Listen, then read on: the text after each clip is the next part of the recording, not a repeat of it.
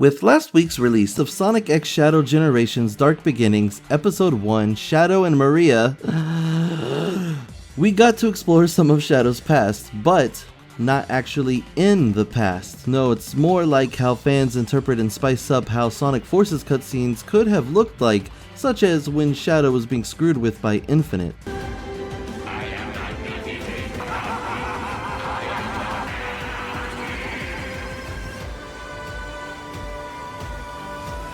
I'm the Foxboy Axe with the Sonic Facts, and you're watching Disney, and we're gonna take a shallow dive into what we can all learn from this animation so far. For starters, we've been getting these side animation shorts since Sonic Mania Adventures, and each one comes with a slightly different art and animation style, but they've all been fairly impressive and entertaining in their own right, displaying numerous tones and visual styles that are all equally appealing. In this animation, one of the first things you'll notice is that it utilizes 3D models with cell shading effects, combined with occasional 2D artwork mixed in as well, and it looks good. The sound design? It's also really good. The music is emotional and even fairly dramatic, which, mixed with the visuals, definitely gives it that Fateful Day vibe.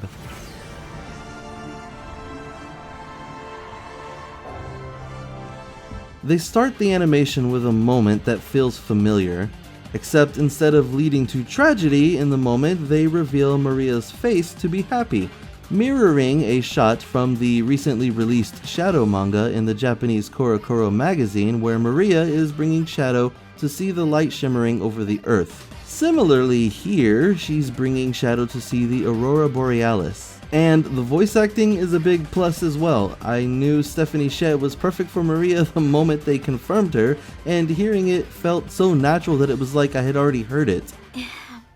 I just pushed it a little, that's all. Yet it's also new in that we get to see and hear Maria in more actual scenes than we ever have in the past. However short-lived, of course. Kirk Thornton has always been my least favorite voice of Shadow. Part of the frustration being that he sounds close to Shadow, but with this unfitting growl to his voice. But I also consider myself a fan of Kirk Thornton's work, typically, as he's a top-tier voice actor. And while the voice still takes me out of it sometimes, to no fault of Kirk himself, the acting is actually really good here, and I like the delivery of most of the lines enough to look past it. Just wait here. I'll be back. I promise. They stormed the Ark. Destroy all evidence. Professor, we must... Maria! I also think that since the Sonic 25th anniversary party, and especially Sonic Forces, Shadow has sounded a lot better and more like, well, Shadow. I'm glad that Kirk Thornton finally has gotten the chance to take the role of Shadow seriously, as the past 14 years he's held the title have been nothing but small bits and pieces with no context to what Shadow's all about. And this animation was the perfect way to go about establishing just that, as it seems to take the story and lore seriously as well. It's dramatic, but not melodramatic. It feels genuine. It feels like it's not just BS bologna sandwich. I thought Emerald was gonna play a larger part in this, and he doesn't, unfortunately.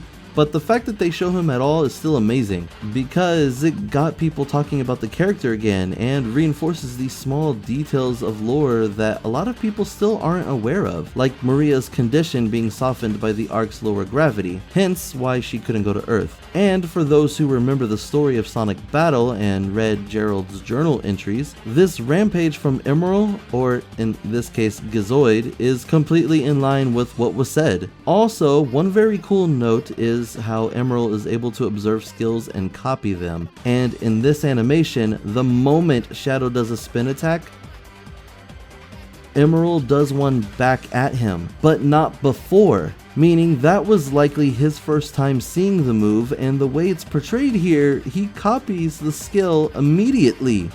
That is scary.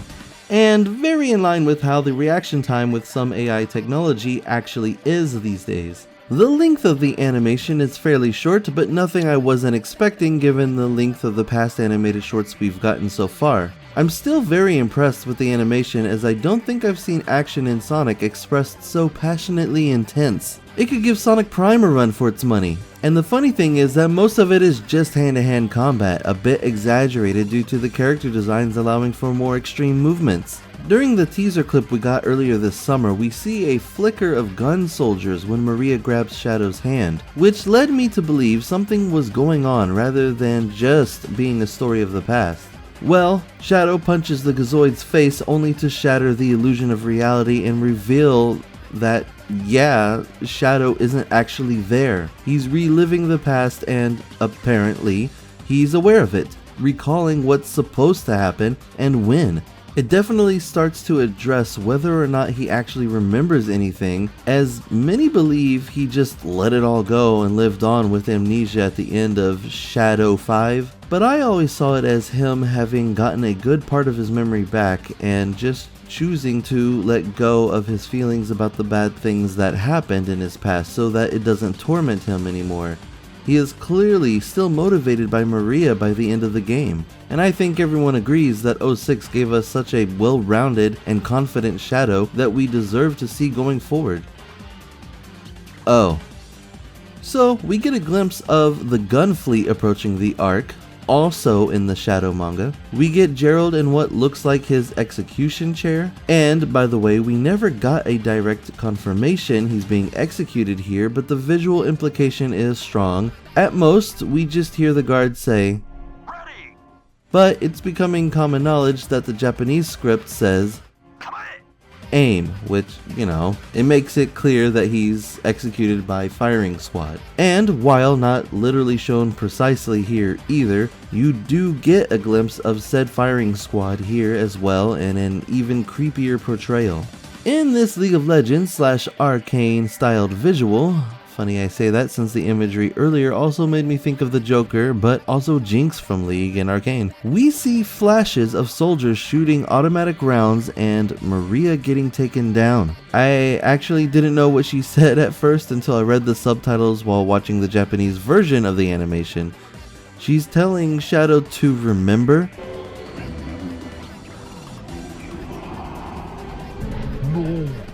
As though she is still guiding him even during this mess, where we clearly see Black Doom is trying to take control of Shadow's mind. Shadow just seems to attract villains that love messing with his head. No wonder the ultimate life form doesn't exactly have the best memory. Just keep swimming, just keep swimming.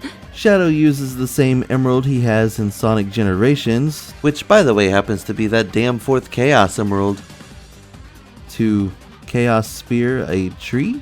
A tree next to a small ledge that reminds me of where Shadow stood in the opening scene in his own game. Could be a coincidence, but you know. And we finally get to see an acknowledgement of the moon being pissed on by Eggman, figuratively speaking. I'm pissing on the moon! Could he have survived? No, that can't be. I wonder if he means Black Doom? I mean, I feel like that's the obvious answer, but you know, it could be Gerald, but Black Doom, right? It's interesting that Black Doom could just not be dead at all. I mean, in Shadow the Hedgehog expert mode, everyone is cheering Shadow on with his gun training, and even the commander makes amends with Shadow. Shadow, do you read me? First, I want to apologize for the other day. Actually, I just became a grandfather last week, and I was thinking of maybe having you over. I know that training is tough, but try and do your best. But you also hear Black Doom talk to Shadow.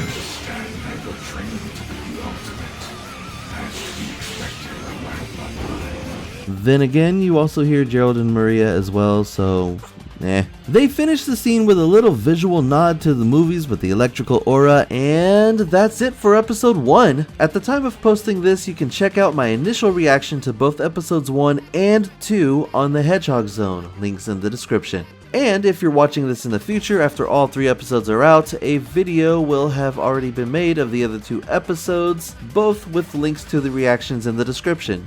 But yeah, if you made it this far, I greatly appreciate you watching. My hope is that you leave a like and a comment, of course, subscribe if you haven't already.